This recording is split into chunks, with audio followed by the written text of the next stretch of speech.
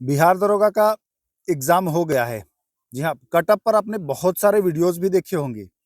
वैसे लोगों का भी आपने वीडियो देखा होगा, जिसको इस एग्ज़ाम से बहुत ज़्यादा मतलब नहीं रहा है, लेकिन कटअप का वीडियो उन्होंने भी बनाया है।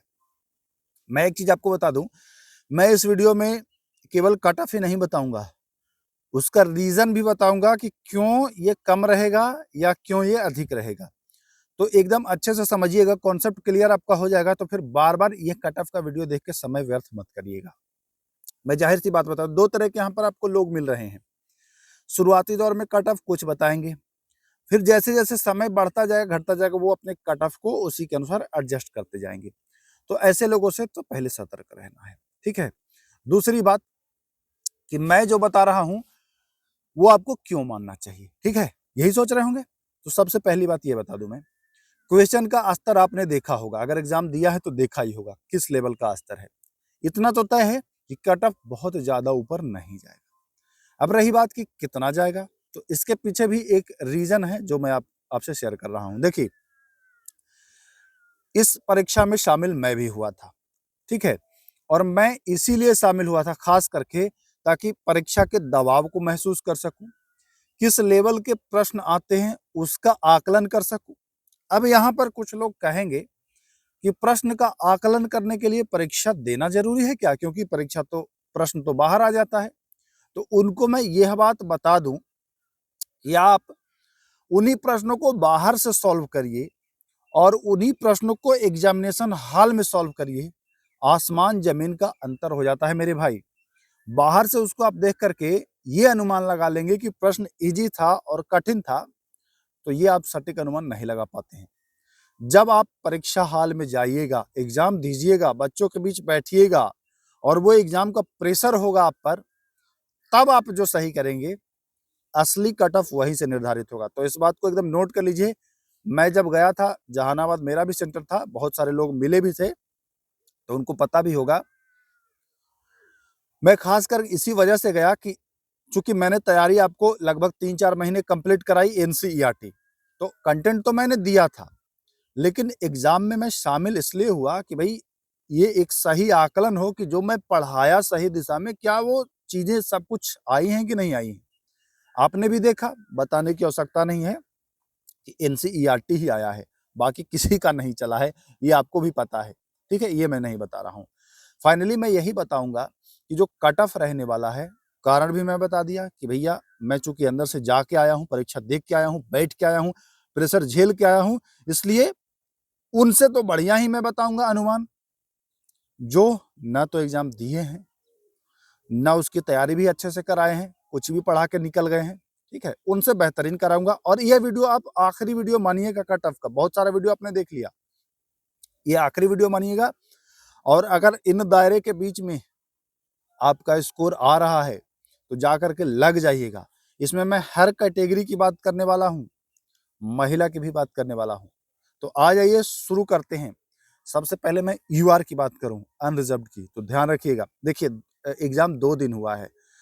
पहले दिन का एग्ज़ाम जो है, वह दूसरे दिन यानी 21 जनवरी वाले से जटिल है। इस बात को मानिए या मत मानिए, मैं चूँकि एग्ज़ाम में शामिल हुआ, अक्सर जो होता क्या है कि अक्सर जो एग्ज़ाम देता है उसका अपना शिफ्ट हार्ड लगता है, लेकिन मुझे ऐसा महसूस नहीं हुआ। मैंने 21 तारीख का पहली पाली का एग्ज़ाम दिया, तो मुझे लगा मतलब बहुत ज़्यादा अनकम्फ़र्टेबल मैं फ़ील नहीं किया, ठीक है? हाँ, कथन निष्कर्ष के आए प्रश्न कुछ, लेकिन उसको ईज़िली चूँकि एनसीईआरटी का आप लोगों के साथ इतना अभ्यास हो गया था कि मतलब बहुत ज़्यादा दिक्कत ही नहीं हुई। हल्का-फुल्का किसी क्वेश्चन में जो पुराना करंट था, वो छूटा है, तो वो सबसे छूटा होगा, ठीक है? हालाँकि मेरा कोई ये मकसद नहीं होता है कि मैं पास हूँ और रिज़ल्ट हो कर के नौकरी करूँ। ये आप जानते हैं कि रिज़ल्ट तो लगभग हर बार हो ही जाता है, पता ही होगा जो हमसे जुड़े होंगे उनको। लेकिन फिर भी हमारा तो काम है भैया पढ़ाना और यही हमको आनंद आ रहा है, तो यही मैं करूँगा, ठीक है?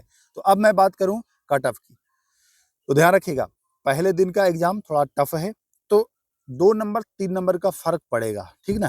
तो पहले दिन वाले का शुरुआत मैं कर देता हूँ, जो 18 तारीख का है।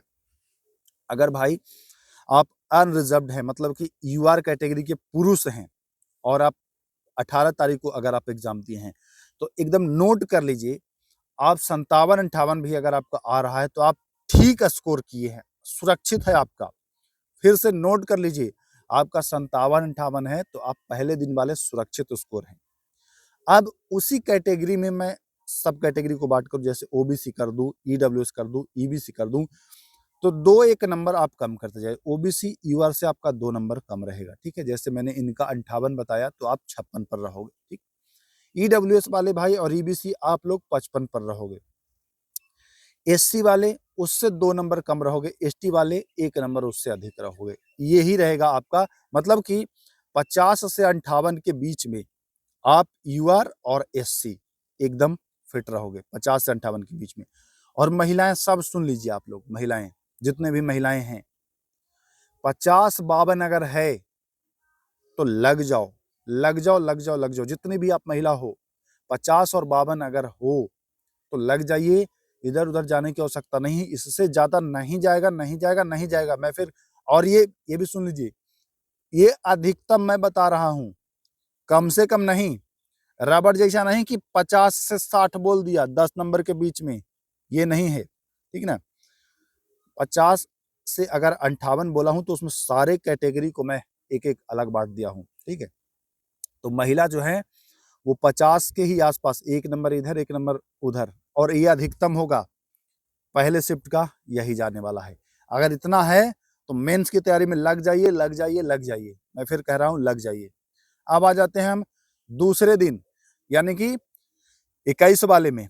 तो 21 वाले की मैं अगर बताऊं तो ध्यान रखिएगा, 21 वाले में थोड़ा-सा उससे मुलायम है प्रश्न, हालाँकि बहुत ज़्यादा मुलायम नहीं है, क्योंकि फैक्ट है एनसीईआरटी के ही प्रश्न हैं। उसमें थोड़ा कथन निष्कर्ष ज़्यादा था, इसमें कुछ कम है। तो इनका उनसे लगभग 2-3 नंबर ऊपर हो सकता है। जैसे उनका 57-58 था, तो यहाँ यूआर 60-61 पर आपका रिजल्ट आ रहा है, आ रहा है, आ रहा है। बोलने वाले को बोलने दीजिए कुछ। वही लोग बोलेगा जिसका एक क्वेश्चन नहीं लड़ा है भाई, वो दिखाने आया है। कुछ आदमी को मैं देखा कि दिखाने आया, भैया बिहार की जनगणना, ये बता दीजिए मास्टर साहब, कौन सी बुक में नहीं दिया है जो आपका बिहार का जनगणना आया है? तो ऐसे क्वेश्चन से रिजल्ट नहीं हुआ है। इस बार जो हावी रहा है वो एनसीईआरटी के पॉइंट्स रहे हैं। तो एनसीईआरटी के क्वेश्चंस अगर आपने लड़ाए हैं और उसकी लड़ाने की क्षमता है, तब आप फिर बात करिएगा, ठीक है। तो मैं बहस नहीं करने आया हूँ, मैं वही कह रहा हूँ कि उनसे मत वो करिए, तुलना ही मत करिए। जिनके क्वेश्चंस ही नहीं लड़े वो कट ऑफ क्या बताएंगे भाई, उनको कोई आइडिया नहीं है, वो बस चल रहे हैं तो चल रहे हैं, तो ध्यान मत दीजिए उन पर। मैंने आपको कंटेंट भी लड़ाए हैं और सारे वीडियोस पढ़े हैं। मैंने कोई कोई ऐप पर नहीं, सब यूट्यूब पर है, जाकर के देखिए, आप पा जाएंगे वहाँ, ठीक है। तो चलिए, दूसरे दिन में मैं अगर बताऊं तो अगर 60-61 है भाई यूआर तो सुरक्षित हो, ठीक है। ओबीसी वाले अब आ जाइए, अगर आपका 58-59 है ओबीसी तो आप सुरक्षित हो, मेंस की करो तैयारी। ईडब्ल्यूएस वाले अगर आप 57 ला रहे हो दूसरे दिन भी तो आप सुरक्षित हो। और लिख लीजिए, ये सब नोट कर लीजिए, मिलाइएगा बाद में आप जा करके। मैं भाई शामिल हुआ हूँ परीक्षा में, एग्जाम में। हाँ, 1-2 नंबर इधर-उधर हो सकता है। जैसे मैंने 57 बताया है तो हो सकता है 57.8, 57.5, 6 ऐसे हो जाए। मैंने कसम नहीं खा रखी कि 57 कह दी तो 57 ही। एक आध नंबर ऊपर-नीचे हो सकता है। क्यों हो सकता है? क्योंकि कुछ क्वेश्चंस हैं जिसके मल्टीपल आंसर हो रहे हैं। तो अगर उन प्रश्नों पर क्या निर्णय लेती है आयोग, तो उस हिसाब से एक आध नंबर इधर-उधर होगा, ठीक है? तो ये चीज़ रहा। अब हम एससी की, ईडब्ल्यूएस की, ईबीसी की बात करें, ईडब्ल्यूएस का तो मैं बता दिया 57, ईबीसी भी ईडब्ल्यूएस के लगभग बराबर ही रहेगा।